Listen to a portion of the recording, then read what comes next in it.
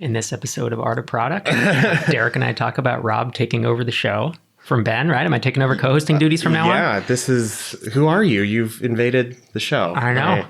Ben thinks he's gone for a couple weeks. He's gone for good. Man. Sorry, Ben. Yeah.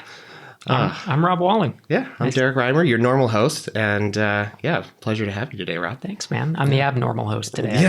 Yeah. Thanks for inviting me on, man. Yeah. I was on stacking giant robots, crashing into others. Smashing. Yeah. Right. Yeah. So I was on that a long time ago, really before either of us knew Ben, I think. Yep. But I haven't been on Art of Product. So. Yeah, we were standing around at MicroConf and we were talking to Adam. He's like, "Oh yeah, last time I guested on Art of Product," and you're like, "What the heck, man?" Yeah, why have you? How have I not been on this? I think there's like a 6 degrees of Rob Walling thing with podcasts because I've been on so many of them. But I was like, I don't think we've been on. Yeah. Come and talk about some stuff. It's all good to finally have you. I have to ask, get this out of the way up front. Do you prefer retired or unemployed?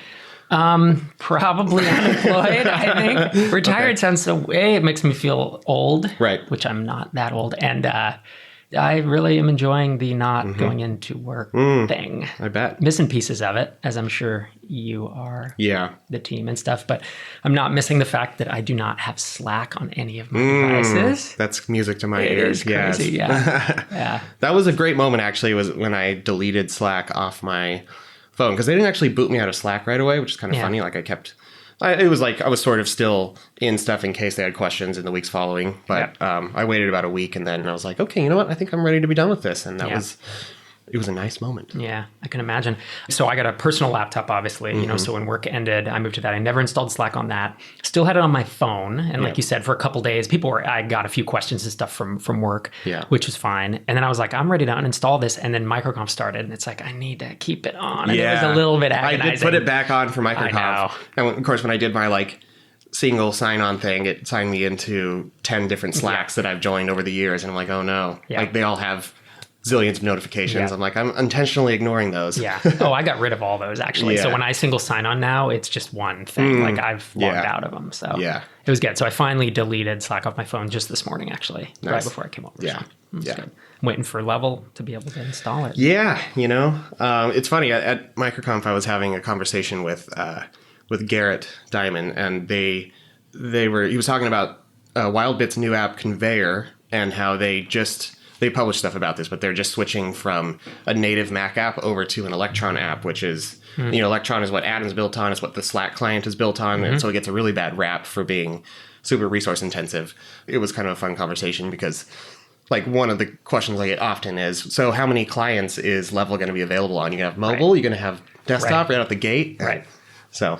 But does Electron, is that what it's called? Does it allow you to have all those? Or no, just does desktop. Desktop. Yeah. But it's like it's Windows, Mac, and Linux? Is that the idea? Yep. Okay. Yeah.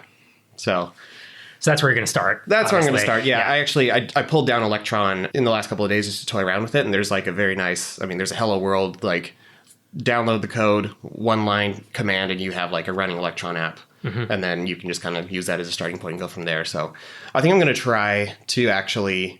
Similar to getting production deployments going early on, I want to try to get some kernel of an Electron app going early on too, so I can sort of build that out in tandem with the web app and see how it goes. Yeah, and so you're writing in Elixir, and does it live within the Electron iframe is what I'm thinking, or a container of some kind? Yeah, it's basically, my understanding is that Electron is basically just a bundled browser inside of it has Chromium, which is underpinnings of Chrome built into this binary. So it compiles and it can, it just pulls your web app down from your servers and can run JavaScript and HTML. You can actually view source and see the same Chrome HTML debugger that you get in other things. So that's cool. Yeah. Is there an Electron equivalent for iPhones and Android? A different container where you can just deploy. I guess it wouldn't be odd. But. Yeah. So I think there's a thing called PhoneGap, which I've heard of it. Heard of that. It's been around for a while. I don't know how in vogue it is. I haven't really kept up with the mobile app industry and how people are doing it, but I know that that used to be a big thing, and then it for a while was not the most popular way to do it because the experience just didn't feel quite as smooth. Not native. Yeah. But I'm wondering, it's 2018 now. Maybe they've improved it to the point where it's not that big of a deal, and hopefully I could build really performant front end code that doesn't feel choppy. I don't know. Yeah. It's hard to know. Yeah, because if it doesn't feel native and you're targeting developers, it's going to be rough. Like you're definitely going to have a high bar of usability, or even just they know where the bodies are buried. Developers know how the sausage is made. So they're going to be like, use PhoneGap, and you're not supposed to do that or whatever. Right. You know? Yeah, it's funny. I saw a tweet the other day for Twist, which is another Slack competitor out there. Someone was like giving them props, and the way they gave them props was screenshotting the Mac process viewer and was like, 8 threads. That's what I like to see. Like going native, not using Electron. Oh my gosh. I think that may have factored into that developer's buying decision. Yeah. The fact that the Mac client is a native Mac client. I'm like, oh no. Is this what I'm going to be dealing with? Yes, it is actually. Yeah. So are they native? Is it Twist? I always forget if it's Swift or Twist. You just said it, but do they have native? They have a native Windows app too, and native Linux and native I don't iOS? know. I haven't dug into that. Okay.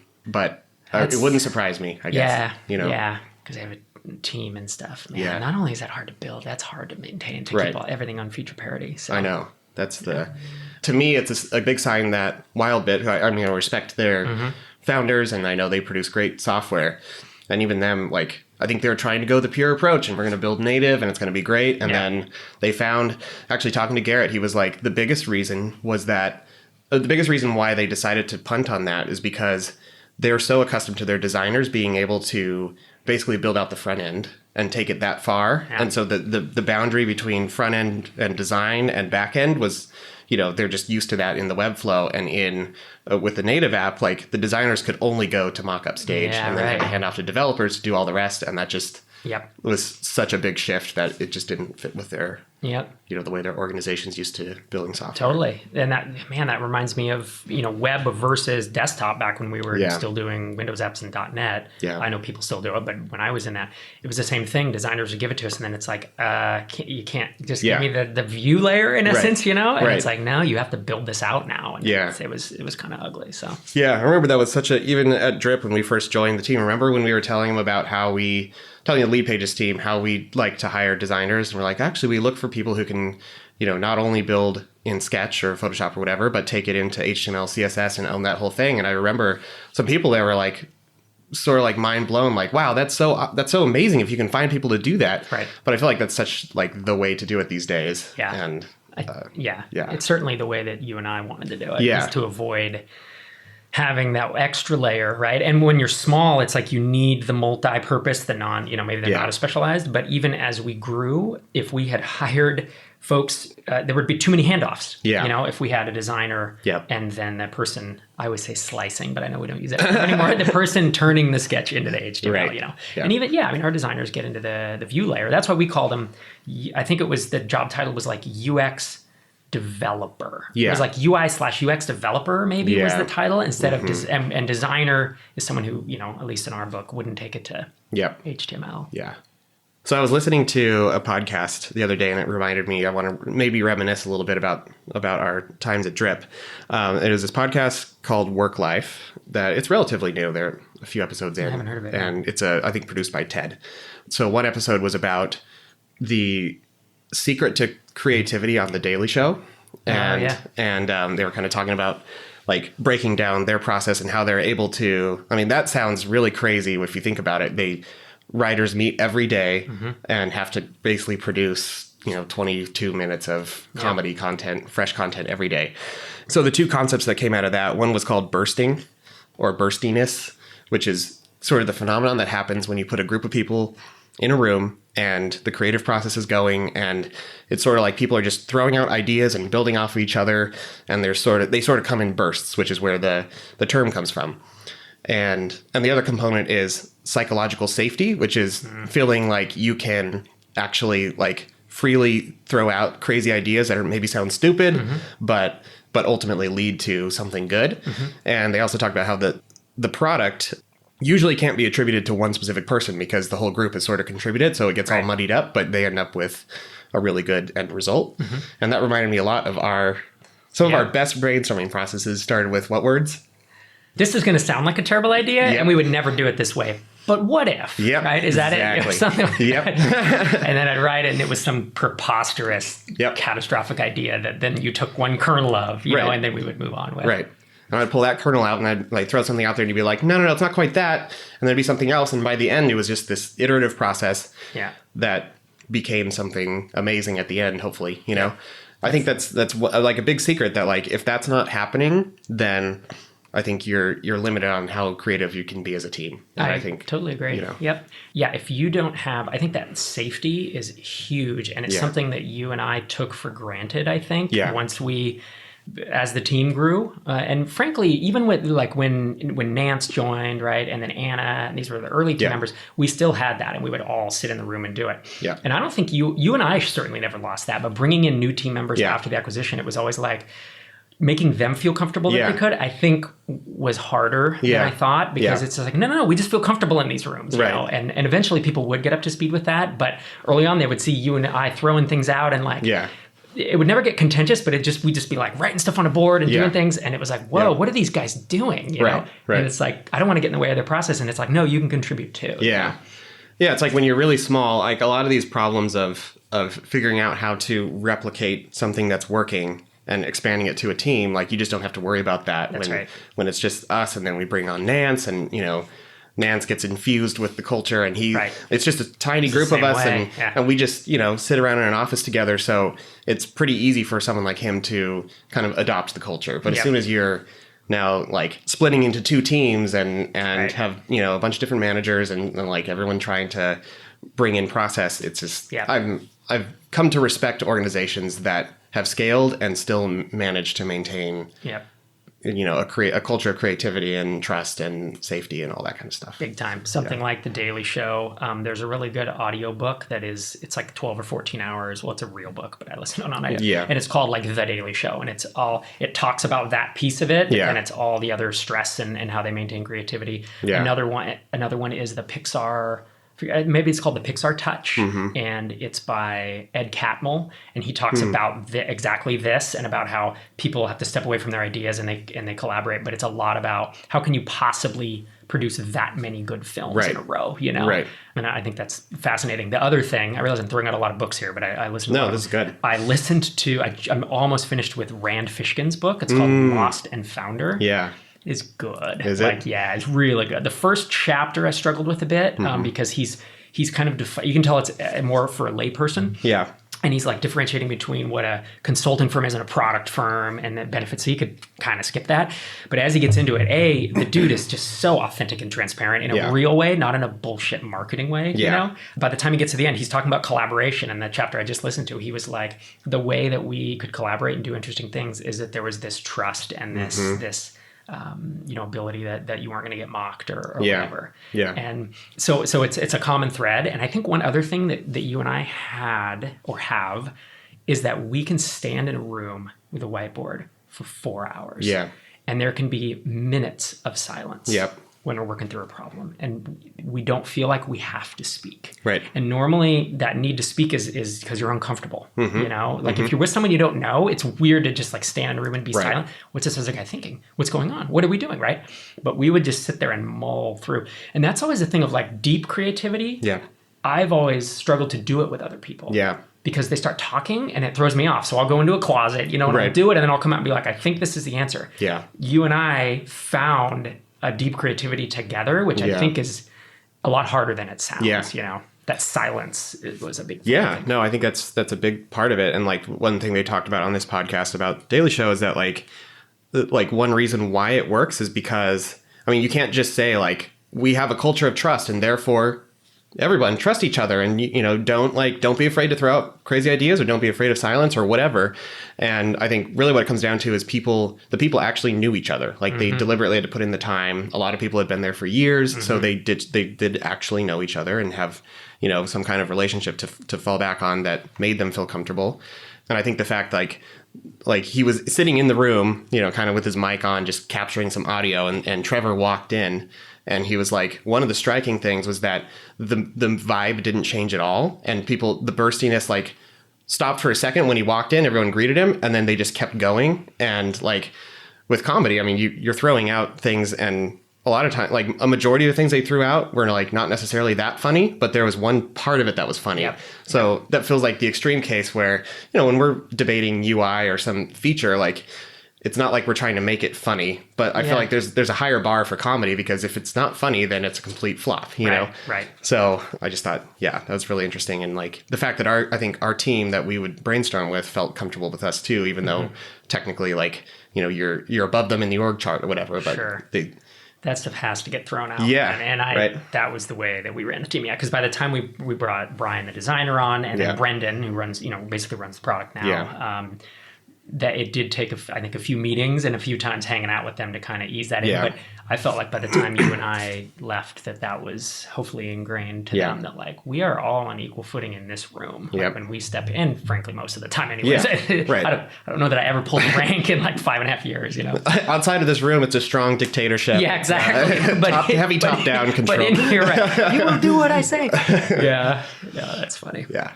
Now that magic, there's like, it's black magic, or maybe not black magic, it's light magic. Like there's some magic in it of like figuring out how to, harness that lightning in a bottle. Yeah. And that's honestly like one of my biggest, as I think about, transitioning to level, there's a lot of good things about getting back to, I mean, I'm a team of one right now, so it's a very small team, not even a team. Yep. And just like having the ability to work on problems that I want to be working on and using the languages I want to use, and like all this freedom is great. But one of the things that I miss the most is the collaboration, and not just any collaboration, but that kind of the ability to actually come out with a better result with a group of people. Because like you said, a lot of times that's not the case. Like, and that was like a fundamental question this podcast is trying to answer, is like, can groups actually be creative? Because in general, like typical brainstorming is dysfunctional and doesn't actually produce catastrophic. Decision by committee is garbage in general. Yeah. Right? But then how does Pixar and these comedy shows that do it well, or a product team that does it well? Because all these things have a massive machine behind them and lots of people working together. So I just found it really fascinating. Cool. And it remains to be seen, like how that's. When am I going to get that with level? I don't know. I don't know how long I'll have to go solo. But sure. But I look forward to when I can have that back again. Yeah, I can imagine. Yeah, we should whiteboard too at some point. We should do it. Yeah, we've been talking about it. I just haven't made. MicroConf kind of threw a wrench in that, I think, and then you got sick and all that. Yeah, so. Cool. So what is up with level? Last update I heard was the podcast. I think it was it was recorded right after MicroConf, right? So, when are we going to see some mock-ups? I actually watched part of your YouTube coding video. Yeah. I was like getting through it. I had no idea what you were doing. But I was like, is he going to show mock-ups? Are there mock-ups? And I don't think you did you? No, not really. And that's probably the thing. I'm not deliberately procrastinating on it, but I am holding myself to a high standard. I think I talked about this a few episodes back, where like I'm giving myself the ability to like actually produce some really polished flows, as opposed to just showing like raw notebook sketches. Because my biggest concern is that I'm going to show this to people and the response will be like, cool, looks good. And then it's like, well, why did I spend all my time doing this if I'm going to get back cool, looks good, or, whatever. And I think it remains to be seen if the mock-up phase is going to be fruitful, or if it's just going to be like, you're not going to get it until you can actually experience it. And so that's what I'm wrestling with right now, and trying to, I know it's going to take mental energy to just think about like, who do I want to ask for reviews of these, and think about that, and then kind of put together something that's kind of a tight package to show people. That's reviewable, because you're right. Sketches in a notebook, you could show them to me and I'm like, well, what does that button do? Well, what is this part here? Right. There's a danger, because you're threading a needle here. There are products that already do this, and you're going to a really tight niche and a really tight use case of less interruption and all that. So if you put something out that generally looks like Slack or a competitor and operates a little bit differently, the mock-ups are not going to indicate that. It's just people are going to be like, well, how is this different than whatever? And it doesn't help. So I don't fault you. I think, the common wisdom is like, get out there and get MVP and all this stuff. And it's like, I actually think you are in a bit of or there's a case to be made for you to be in a unique case here. Open source, freemium, lots of big competitors. I mean, there's a bunch of stuff that a lot of other apps don't have to contend with. I've basically been, for the most part, building product, writing code. Since I've had MicroConf and now I'm sick, like I haven't done more screencasts, but I do want to keep doing that. Like that seems to get, it's one of the highest areas of interest. When I produce one of those, people, I get a lot of good feedback from people. I think people like to see how the sausage is made and the inner workings. And I think that's a place where I could reveal a I could do a more subtle revealing of like, here's what I'm looking at for the onboarding flow and how it flows into the actual app, and here's some of the constructs, and start to introduce things through that. I can't produce an hour-long video and expect a lot of people to watch the whole thing, but if I can at least point people to slices of it and get feedback that way, that could be an interesting way, I think, too, to get some early feedback. Yeah, I think so too. On flows.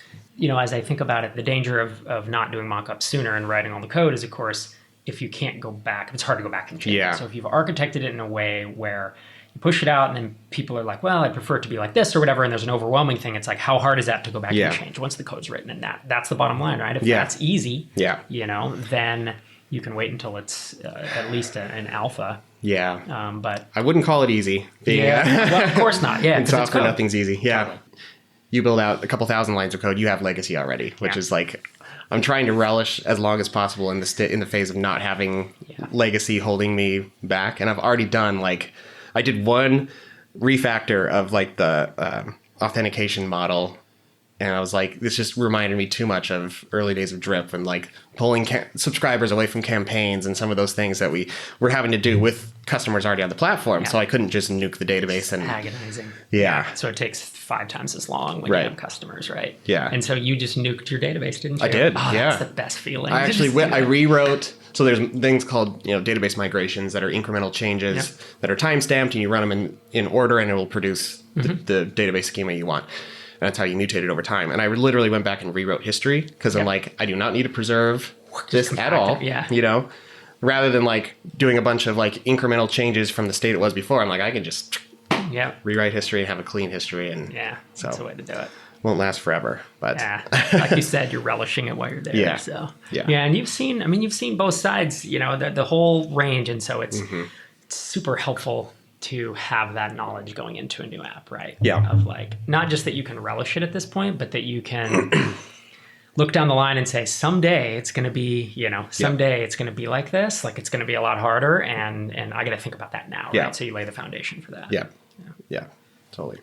Other things I've done, so I signed up I've been meaning to form the company officially so I can start making sure all my intellectual property is assigned to the company and start just all that rolling.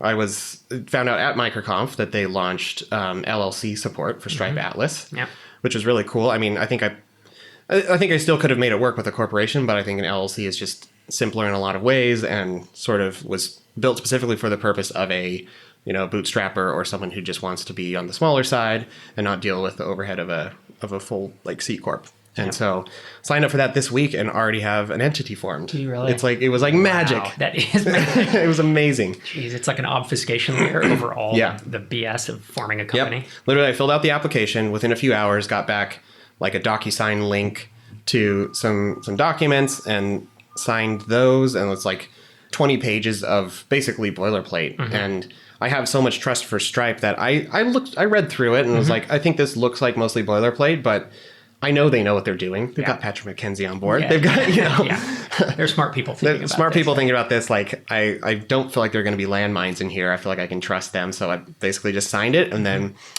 within a few hours, got back another link. It's we've set up your bank account with Aslo. Here's the, we just sign these few things authorizing that you have read the terms, whatever. And then did that, and a few hours later got an email back that was okay, set your password, and here's the thing, link your bank account, transfer some money. It was just all super smooth. And one of the things I love so much about Stripe is that as a business is they've built such a nice layer on top of so much nastiness, and even just this whole process of forming companies, I feel is similar to dealing with credit card processing, where there's all these archaic processes and legal hoops you have to jump through, and the fact that they've abstracted that is just so cool. It is. It was a problem everyone knew was there, and just none of us wanted to tackle it. It was such a monumental effort. Yeah, and to build Atlas like this, and obviously for those who don't have background, it's basically a program that allows you to form a company, and it was only C corps, it's Delaware C corps for the past. They launched it a year or two ago, you think? I think about a year probably. And then I think at some point you can change a C corp into an S corp or whatever, and then but LLCs are what bootstrappers want, because it's a pass through entity, right? Because you don't pay double taxation on it. So they just launched LLCs really at MicroConf. Was the first day, I think. I'm pleased to hear that it was that seamless. Because my experience with Gusto, which used to be Zen Payroll, Yeah. was not that seamless. It was fine, but it seemed like it was all going to be in the app. And then there was all this other stuff. Like as soon as we added Zach in New York, Yeah. they were kind of like, all right, now you need the New York, whatever, unemployment insurance. Right. And I was like, cool, set me up. And they're like, nope, you have to go do that. And I was like, oh, so it only went to an edge, Yeah. And I'm not ragging on them because they'll probably get there, but it's like, the promise of it was that it would all be taken care of, and I had to then go put in a bunch of hours. Right. And it wasn't just unemployment. It was like there's disability, and then you need a state employer number. Like there were 3 or 4 different. It's like sales tax nexus and that Yep, kind of stuff too. Like, and I had to go file. I had to go figure those out. And then once you had it set up, they would then file, which was fine. But I probably spent 6 or 8 hours screwing around with, because it's a bunch of janky websites you have to go to. So that was not as nice as I thought. And then the other one was Zenefits, which is what who did our health benefits for Drip before the acquisition. It was similar. It was like, this is awesome. I'm just going to sign these things. And then it's like, yeah, it's not actually that easy. And then I had to go do a bunch of work. So it's super cool to hear that Stripe took it to the point where it, at least you're 3 days in or something. It hasn't been that that big. I suspect there may be some things that are not going to be smooth. Like I don't know what the process of making changes. I know they have an agreement with Oric, I think, and like Oric sort of... Which is a law firm. Big Silicon Valley-based law firm that they developed a lot of the documents, and I think they have some easy path to consulting with an Oric lawyer or something for some things. Oh, yeah, that makes sense. But I suspect there probably are areas like once you... Like, I think they make it easy to add members to your LLC. Like, it's pretty straightforward and some of these other things. But I don't know how... When tax time comes, I don't know, what complexities are going to be or... Yeah, now that you talk about like payroll and stuff, that would be another great area for Stripe to cover. Because just a branch, and you don't know if that's you don't know what they want to be that abstraction layer on top of. But do they integrate with Zen or with Gusto, or do they just handle it themselves? Because that's a big effort. I mean, Gusto's been working on it for 4 years solid, and they're getting there. But I still don't think they're there. They should buy them and then put their Stripe touch on it. But totally, Yeah, free M&A advice right here on our there it is. So call us and bros if you haven't thought about it. Cool. That's the thing with advice like this, because we used to get it or still get it, and it's like they've thought a lot more about it than we have, and that's always the thing when I get advice from someone I don't know or who hasn't thought about it as much as I have. It's instantly like, if it comes from you or it comes from, someone that we know and trust, it's like, okay, I believe you have my best interest at heart. But oftentimes advice is just like an off the cuff thought that you had once. And it's like, that didn't work. And I thought about that for 6 hours once. Yeah. You know what? The other thing I love about Stripe is that hearing Patrick Collison, CEO of Stripe, did a Q&A at MicroConf, which is super awesome. It's great that they're, a self-made billionaire my age is walking around the conference. I just looked over one day at MicroConf and there he was standing by the water cooler jotting down notes during a talk. I'm like, this is still mind-blowing. But when he gave their story, he was like, I mean, he's obviously a wicked smart guy, but also they sort of had a lot of luck along the way with Stripe becoming successful. And a big part of it was like just believing they could transform the financial industry or just like somehow like get banks to trust them and build this whole layer. It's just super inspiring. Like there's such a classic Silicon Valley story, I guess, of like, I don't know, we were just like young, naive kids who saw a problem and just like forged ahead with it and just made what needed to happen to build this thing. Right. And envisioned a world that was different, very different. And it's just crazy no one had tried to solve it in that way before. And it really took it would have taken a developer or a couple developers in this case to realize that there is such an easy solution. Well, the easy solution is to put this layer up here, and then the hard solution is everything they did below. And I still don't exactly know what that looks like on the back end. Are there still people like doing the faxing on the back end with the thing, or have they just automated all that? I have no idea. But I have a tough time believing, because their wedge in was us. It was developers. Right? I mean, that was. And I think their headline, we could go back on, the Wayback Machine. But I believe their headline early on was the easiest way to take payments for developers. And remember, they were on the homepage. Early on, there was like a command line, whatever. It was, whether it was a GIF or something you could type in. It was like I remember you could basically spin up a Stripe account just by clicking a link. Like you would just be like, take me to my Stripe account. It's like, we've set it up for you. You can set your password later, but here, do a test payment. Yeah. And it was amazing. Yeah. I think there's something to be said for targeting developers, which is where I hope this strategy will apply to Level as well. Right. Where like, for what it's worth, like developers sort of tend to latch on to these grassroots movements. And I think it has proven to be a very good path for apps to gain traction if you can win the hearts and minds of developers. Yeah. So that's what I'm hoping I can do with Level, and I think that's probably what Slack did too. They were sort of appealing to the nerdy developer who wanted chat in the workplace. Right. So I think Trello did that as well, because it was originally built for like the Kanban or Kanban. Yeah. And I remember hearing like realtors are using this and people for home improvement projects. And I was like, what? This is like a software development thing, but fully jumped the chasm. It totally did. And someday you do. Now you don't need, I don't think depending on what you want to do with the business, you don't need to cross the chasm. No. You could build a perfectly like suitable, 6-7 figure business. Yeah. Purely with developers if you want. And then obviously the potential is 8, 9, I don't even know what Slack is now. You have to look, but it's a lot of money. That's a lot of figures. Yeah. I lose count at a certain point. Yeah. So. Yeah. Totally. Cool. What else? You have things on you literally have an envelope. I do. With things scribbled on back of the envelope. Yeah. I couldn't find scratch paper here, so I have notes. I think I have. Well, the only thing is thanks for forcing me to shower this morning at 10 a.m. because you told me, I thought we were going to record a podcast, and you were like, yeah, we're going to do it on video too. And it was like, I need to clean myself up. Shower, you're wearing pants. Thank you. Yeah. I was going to, if we weren't on video, I would have walked into your apartment in some boxers. Yeah. This is not appropriate. It's retired life. Yeah, that's it, man. Yeah. When you're unemployed, you can roll that way. Yeah. I think that's it for me. I mean, I just wanted to hear updates on Level, and it sounds like it sounds like it's moving along, and you got a good road ahead of you, man. This is a fun one. So I did have one question for you. Yeah. So this was sort of like your MicroConf talk. You talked about the pros and cons of being in a funded environment versus a bootstrap environment, right? Or self-funded. And one of the things you talked about was Colin from Customer.io's term fund strapping, which is sort of the hybrid approach of raising some angel investment, but not necessarily going for a Series A, right?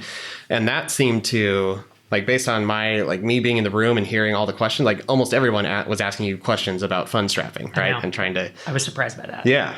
I mean, I want to hear your assessment of why that is, but for me, it seems like, a lot of people are attracted to the bootstrap self-funded route, but it's just a really hard road. And I think, there is sort of this conventional wisdom in the business world of like, you should be spending other people's money. And so people wanting to get more into that phase, but not fully give up control from like the traditional VC route and have those kind of growth targets. Does that seem... Yeah. I mean, is that why you would do it? Is that what you're... I mean, that would be why I would do it as a founder. Does that seem like... That's the benefit it's a way to, because institutional money is where you get into, I'll say, trouble, or that's when it gets really complicated. The point of no return is once you've accepted institutional money, because then you have a board, you have board seats. Now, a lot of people accept institutional money but they don't give up control of their company. Yeah. So it doesn't necessarily mean that you have to. I mean, Lead Pages was, the as far as I know, the VCs do not own a majority. So they couldn't, do things that you hear about, 10, 15 years ago where you get voted out of your own company, that kind of stuff. Right. So there's plenty these days that are not doing that. But it adds a level of rigor where you have to now have these monthly reports and these board meetings and, all the stuff that I talked about in my talk, which is like... That's why you don't raise funding, is because you don't want to deal with that, right? Yeah. Nor you need to hit the 100 million or whatever it is, ARR. Yeah, fund strapping is kind of that in between, and it's raising, like I said, between 250 and 500K is what I'm seeing. And since it's not institutional money, you raise it from a group of angels, right? And maybe you get a bunch of people writing you 25K and 50K checks. Yep.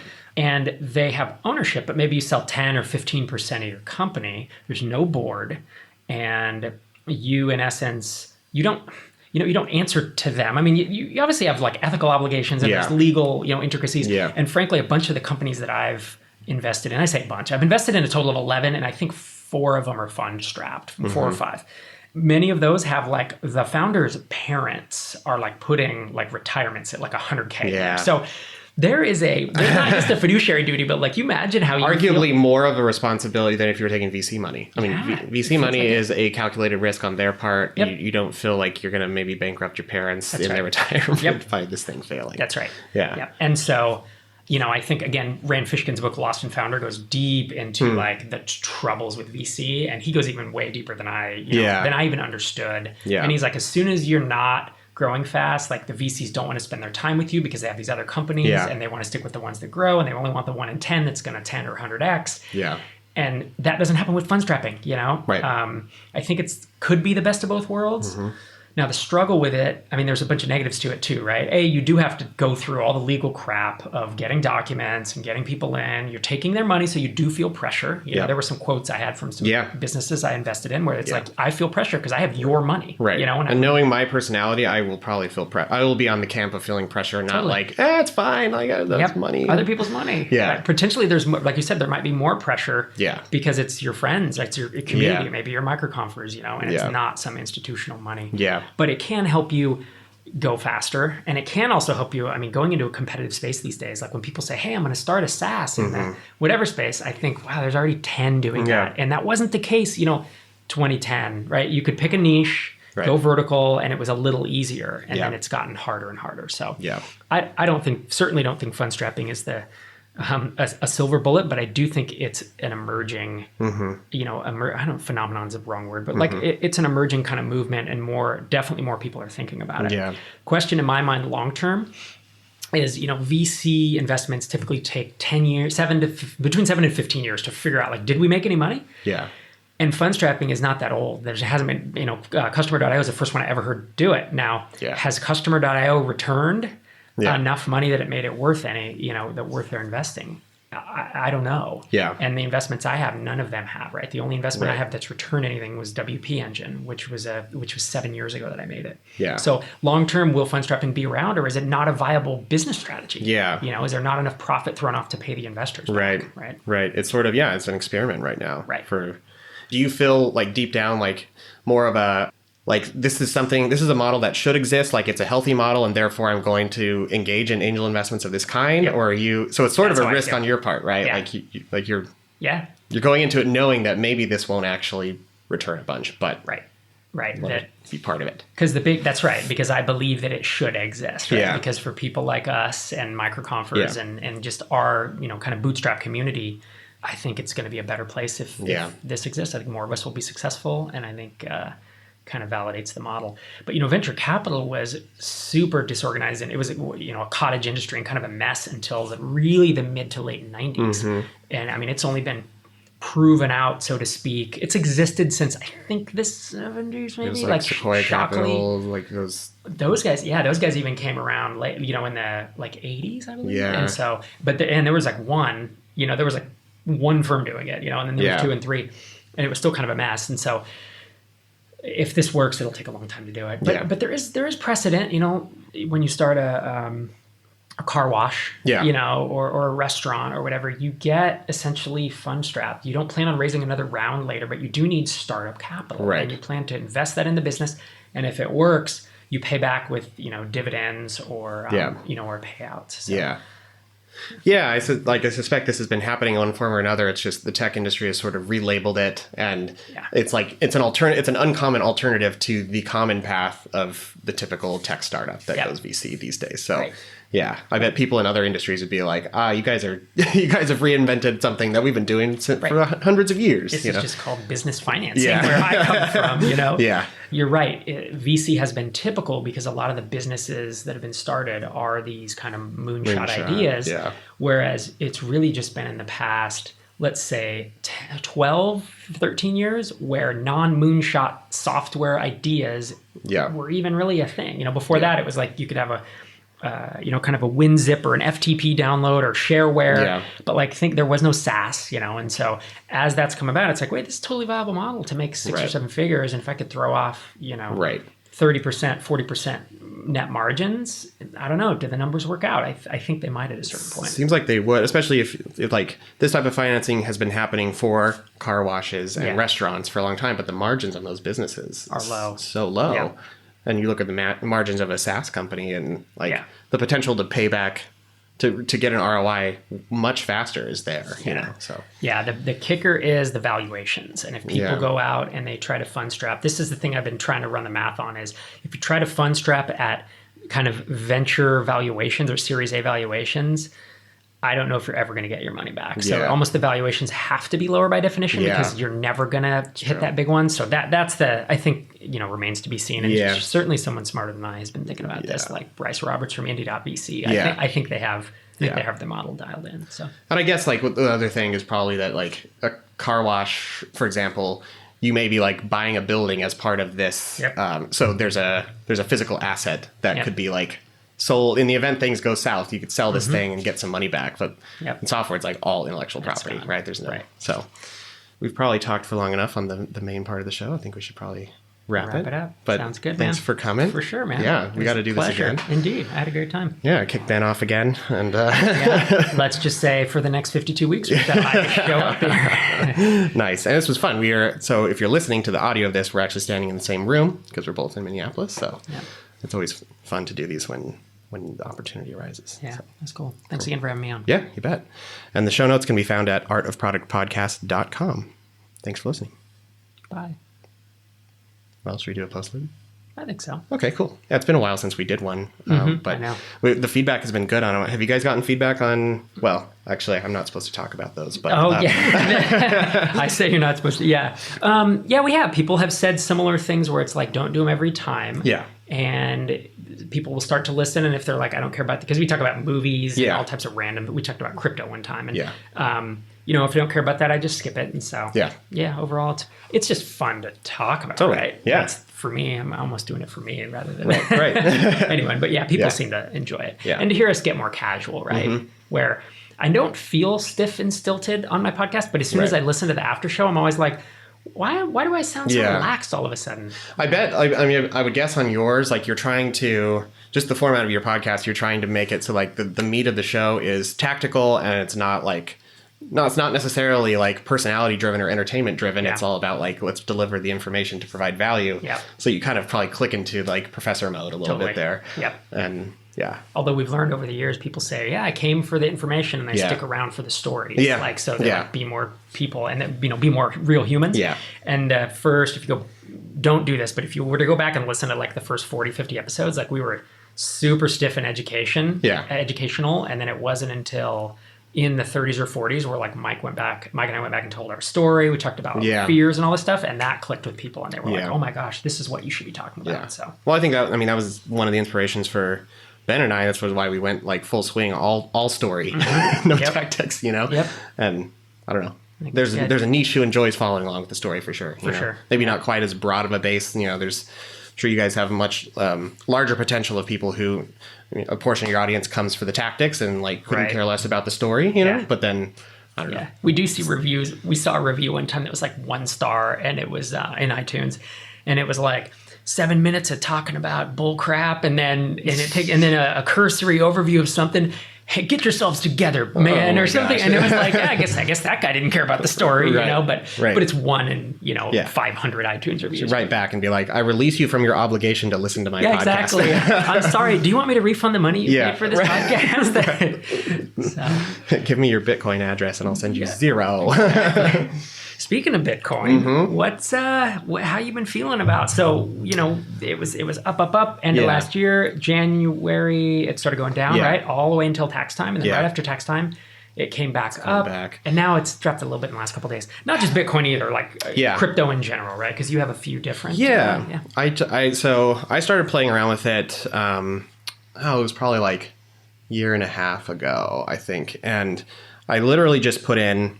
Just kind of rewinding through my crypto story because I don't think I've told it. Like, I literally put in $1,000. This was right shortly after Drip acquisition. I'm like, okay, I'll gamble $1,000. Yeah. So it's mid 2016 then. Yeah, 2 years ago. 2 years ago. Okay, yeah, time flies.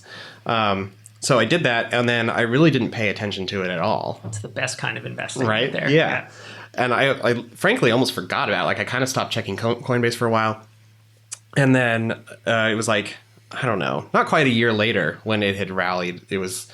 I was starting to see the news about it. You were starting to talk about it more. Like, oh, did you check the Bitcoin price? And I'm like, oh yeah, I have that coin. Right. I think I bought it at it was like $800 or $900. So I had just a little little over one coin. Yeah.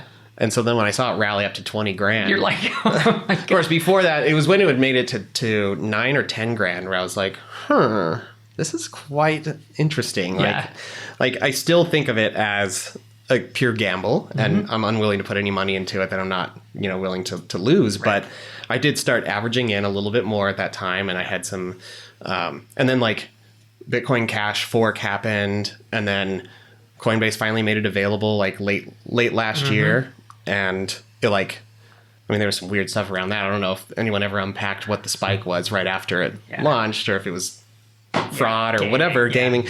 But I mean, I like instantly sold that and like netted a couple grand just out of nowhere. I'm like, this is insane. Yeah. So it seems so unrealistic. Yeah. This is happening. Yeah. And then like I had some Litecoin for a while and was just like, I don't really know. The thing is, even though I can't think of this as a traditional investment, I still feel like I got to the point where like if I'm like having a little bit of money in a bunch of things and I'm not actually like I can't form a good opinion about whether I think Litecoin's going to be around for a while. I can at least pay attention to Ethereum and Bitcoin news. Yeah. But like Litecoin, I have no idea, and the whole long tail. I'm just like, I feel like I want to be informed if I'm going to own some of this, even though it still is a gamble. So I sold it, and like that made a nice profit too. Yeah, I was going to say, and I don't think, I have my own personal opinions about it, but like Litecoin is just kind of it was like the early fork of Bitcoin, and it's like, it's not a bad thing, but it really does not move in the same ways that Ethereum. I don't think it has the future. It'll be around, but I don't think it has the future. I don't think it's the silver to Bitcoin's gold, And I think like some people were unsure about that, and I think the fact that that Coinbase offered sales of it, maybe that may have helped like I think big time. Give it legitimacy, because like the biggest platform is like it's one of the three that they offered. So because there were rumors that Coinbase was gonna start supporting, I believe it was Monero, and like Monero went through the roof, and then when they dispelled them, it like dropped. Tanked. Right? So it's like there's a real vote of confidence that Coinbase is going to support you. Yeah. So. And then I don't know if I talked about my Coinbase drama, but my wallet, my USD wallet got frozen because I moved to Minnesota and I updated my address on file, and they didn't notice, but when I did ID verification, that's when they cut it off. Yep. And I'd sort of forgotten about that in the sequence of events. And so when it happened, I was like, okay, I'll just email them. No big deal. Withdraw my money. I have all my stuff in Gemini now. Yeah. So did send them a support ticket and waited 124 days before resolution. Wow. It's a good thing you did not need that money to fix your car or something. Right. Wow. So 4 months. Yep. That's nuts. So they basically that sucks. So and you were tweeting them and everything, which I was trying. I was pulling out all the stops. Like, I mean, I didn't want to like annoy my Twitter followers too much with this, but like, trying like maybe I'll get their social department to, and then I called them. They actually have a phone number, so I called them on the phone and talked to a rep, and like told him like, my wallet's been frozen for 3 months now. Like, look, and he was like, oh my gosh, it's terrible. Well, certainly we can fix this right away. Hold on 1 second. And then came back and gave me the same stock answer that I've gotten from everyone else. I guess they had this tiny department that was responsible for reviewing these claims and like toggling your account back on so you can withdraw funds. Got it. And he's like, yep. He's like, their stock answer was, look, man, we had 100,000 customers join the platform in December right around the time you submitted it. So sorry, you're out of luck. Wow. Yeah.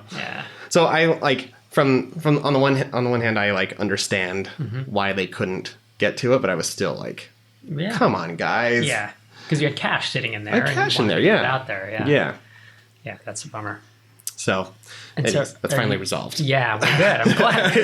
As of this week, actually. I was going to say 2 months ago we were talking about this and it wasn't resolved. Yeah.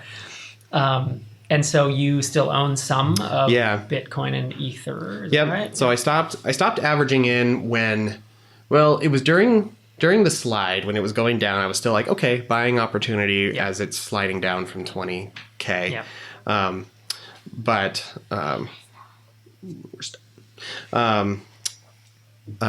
But my wife checking to see if we were done recording. Yeah. This is post-lude. We're not done.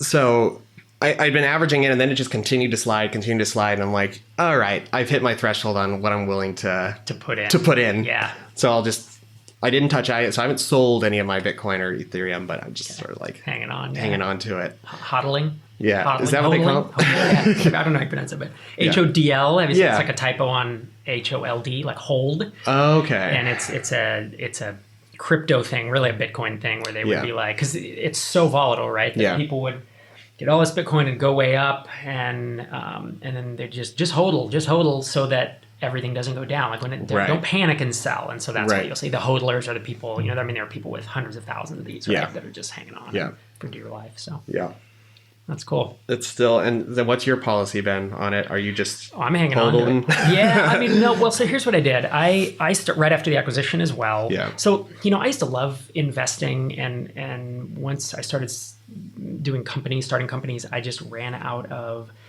the bandwidth to manage it. So I would do the 401k or whatever, the IRA stuff, and just throw it in ETFs. But as soon as sold the company, I suddenly found this headspace of like, oh yeah, I love this stuff. Yeah. Like I love trying to figure out securities and all this stuff. So started investing more, and I was talking to Clay, and he was like, I had owned a little bit of Bitcoin, but he's like, you can dollar cost average it now. And I didn't know that. So right away, July 2016, Ether was at $4, and Bitcoin was probably, I would guess, 600 or 700. And I started averaging in, and which was obviously happened to be a good choice, but I viewed it as an angel investment. I was telling you this, like it's either going to zero or I'm going to make 10 or 100x on it. Yeah. And so, that was, it kept going up and up and up. And what's interesting is I put way more money in than I would have in the past because there was proceeds from my net. It was as a percentage of my net worth, it was still a tiny percent. Right.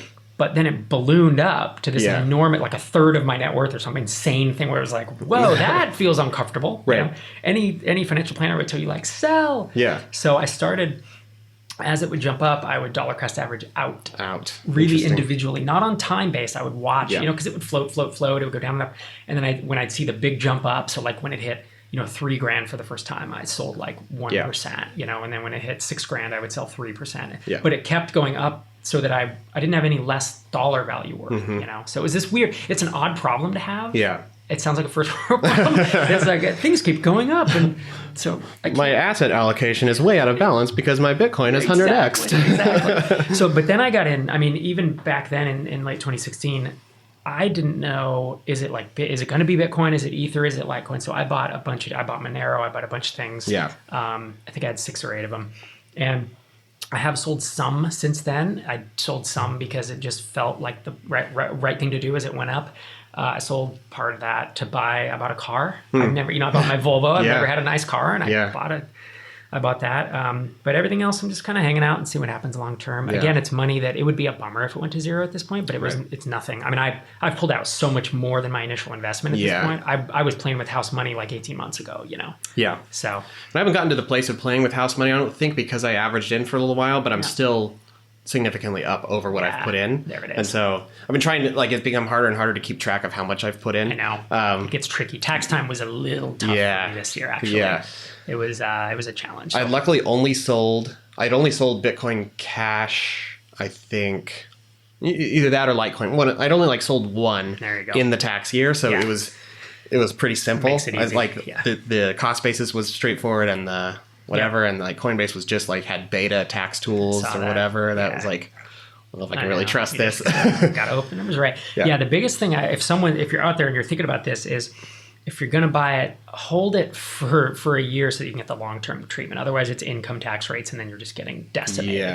So that's one mistake I made with just a portion of it. I didn't track the exact day. Yeah. And so when I actually printed it all out from Coinbase, and I have a couple other, what do you call them? Not marketplaces, but the exchanges. That I use. I was off by a few days, and so I had some short-term sells, and it was just like, man, I'm going to pay whatever it is. A third of that goes away. The capital long-term cap gains rule applies to this? Yes. Or hold it for more than a year? Yep. Yeah. So that's the big thing that I screwed up with. Just a small portion of it, but I realized that could have been a lot of money. Yeah. But now there are these funds, and that's what I did sell some and throw it into, essentially it's like an ETF, but it has a high minimum, and you have to be accredited, I believe, to be in it. So, but they are across the top 15 currencies by market cap at any point. Diversification. Yeah. And so that's what I would love to just, Right. Frankly, I'd love to pull all my money out and throw it in there, but I don't want to pay all the taxes on the sale yet. Right. You know, so long term, I don't want to manage stuff in exchanges. Right. To me, I view this as just another. It's sort of like buying. Hey, you're buying individual stocks right now, and that's not. Yep. That's not really the best approach for stock market investing. You want diversification built in. And even stocks, it's a little different than stocks because it's more. These exchanges are way more cumbersome. I can't just sell all that I have. There's all these limits. Right. They could feasibly get hacked. I know that some of them have insurance and some don't. Yeah. There's more complexity holding individual coins, and there's this management of it, and you can send it to the wrong address and it's just gone. Like that won't happen with stocks. You know, there's actual danger. So I'd prefer for someone else to be the custodian of it and for the diversification as well. So I know people are working on the ETFs. Yeah. You know, and I think that once that comes out, I just view it as another asset class, right? It's do I want to go out and buy individual bonds or do I want to own a Vanguard bond fund, right? And do I want to buy individual, REITs? I don't want to go buy individual real estate buildings, but I own REITs, right? Yep. And so crypto is should be a very narrow slice of your portfolio or my, I'm not giving advice obviously, but I never viewed it as like, I'm all in on crypto. I know some people are like have a lot of their liquid net worth in it. And I'm like, that's either going to pay off for you or wow. Right. Yeah. I think like Clay has a podcast now where he's sort of just journaling stuff. And I think there's one where he was talking about his Bitcoin strategy where he was like, he's experimenting with trying to live off like cryptocurrency income or something like that and like sell off just enough to like pay the next month's bills or whatever. Interesting. And I don't know how that's working out now that like it's taken a big dip and it's been down for, kind of trending downward for a little while or up and down. But it sounded like based on what he said on there, like he had a pretty significant chunk of assets in crypto. So I can imagine. He's building a whole startup around it. So he's very bullish on them. Yeah. But yeah, it's hard when like people like Bill Gates, Warren Buffett, all these guys are like super thumbs down on crypto. Yeah. And it's like, who's wrong here? I don't know. And with it's tough because Warren Buffett's certainly a smart guy. Yeah. There was the most recent episode of Silicon Valley. I don't know if you saw it, but it's about they talk about launching their own instead of getting a Series B, about doing an ICO. Yeah. For the company, it's not Pied Piper anymore, is it? Yeah, whatever it's called. I think it might be called Pied Piper. But and one of the guys is like, Warren Buffett, says it's not worth anything. And he's like, why do you think that is? Because Warren Buffett has 68 billion of this other token that's, it's the thing here, but it's a new token and it could potentially devalue this other one. And that's it. So they have this really interesting conversation about it. I've always been a fan of Buffett. And so, he may be right. And that's why I don't have any more money in it than I can lose, Yeah. But it's definitely like, like gambling on, or betting on startups. Starting companies is risky too, right? I never had more money in, companies than it would have been catastrophic for my emotional state, but it would not have, I wouldn't have lost the house, right? Yeah. On startups. Yeah, so. Totally. Yeah, it's interesting to think of it as like, think of your net worth as, allocated in a certain way and just figuring out what's the slice you're going to put into it. Totally. And, 1 or 2% seems reasonable and, probably won't send you into ruination. This is assuming you have a certain, pool of assets that are beyond living expenses or whatever. But assuming you're in that scenario, it's kind of interesting. Even if for someone it's $300, like it's fun. It's interesting to think of it that way. It sort of separates the emotion from investing. Totally. For me, at least. That's right. Yeah, that's how I view investing as asset allocation. Yeah. And so I have, I think I don't know exact number, but maybe 3% of my net worth is in precious metals. Yeah. Which sounds just like, why would you own precious metals? Now, so, some of it is physical in a vault, and others is the paper. There are ETFs you can buy of gold. Yeah. And I buy it because it hedges inflation. There's a bunch of reasons, but it's a very small amount because it doesn't earn income. Yeah. And it's the same thing with Bitcoin, where it's like, well, or crypto in general. There's no income coming off of this, but I do realize that there are times when it's going to go up when the market's going down, or vice versa, and it's purely a hedge against that. So I think, like you're saying, 1 to 3% is always the number in my head when I think about these odd or like alternative asset classes. Collectibles, that I like collect like really expensive comic books from the 50s, 60s, even the 40s. And I actually just got yesterday a bit, you know, Bill Watterson is Calvin and Hobbes. Yeah. So he like never, his original art, he never releases it. Really? And well, never, very rarely. So like his original art for a strip is like, to get it is like 40, 50 grand. So I did not get one of those because that's very expensive. Yeah. But the last strip, it's called The Last Sunday. There's a print of it. So it's not the original, but it's wet signed by him. And which is, again, unusual. You can't just go and buy wet sign. Like it's only up for auction because he was always kind of a hermit and a little bit of a curmudgeon. So anyways, I won one at auction yesterday. Nice. It's The Last Sunday. It's framed and it has a wet sign Bill Watterson. And I'm such like a Calvin and Hobbes fan. That's so it's awesome. that kind of stuff. But that, you know, again, it's like less than 3% of my net worth is in those things, but I view it, I didn't buy that. That's not buying a car. Right. It is very unlikely to go down if I hold it. You know, if you overpay for it, art can go up and down or whatever. But like that asset, if you look at it over the course of the last 20 years, as long as Bill Watterson doesn't do something that like tarnishes his name, right? I mean, that could happen. Right. You know, that's Turns the out risk. that he's a serial abuser or sexually something. harassed people, you know, then it would be catastrophic. Right. But you know, if he just goes on and passes away like most artists or whatever, like that's actually a piece of something that I enjoy in my home. And also, you know, I do view it as an actual asset. Yeah. You know? But again, you want it to be less than a few percent. To go putting 50%, 30% into that. Catastrophic. Yeah. So. Cool, man.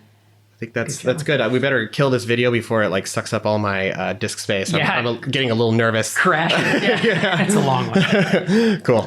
All right. Until Take it next easy. time. Bye.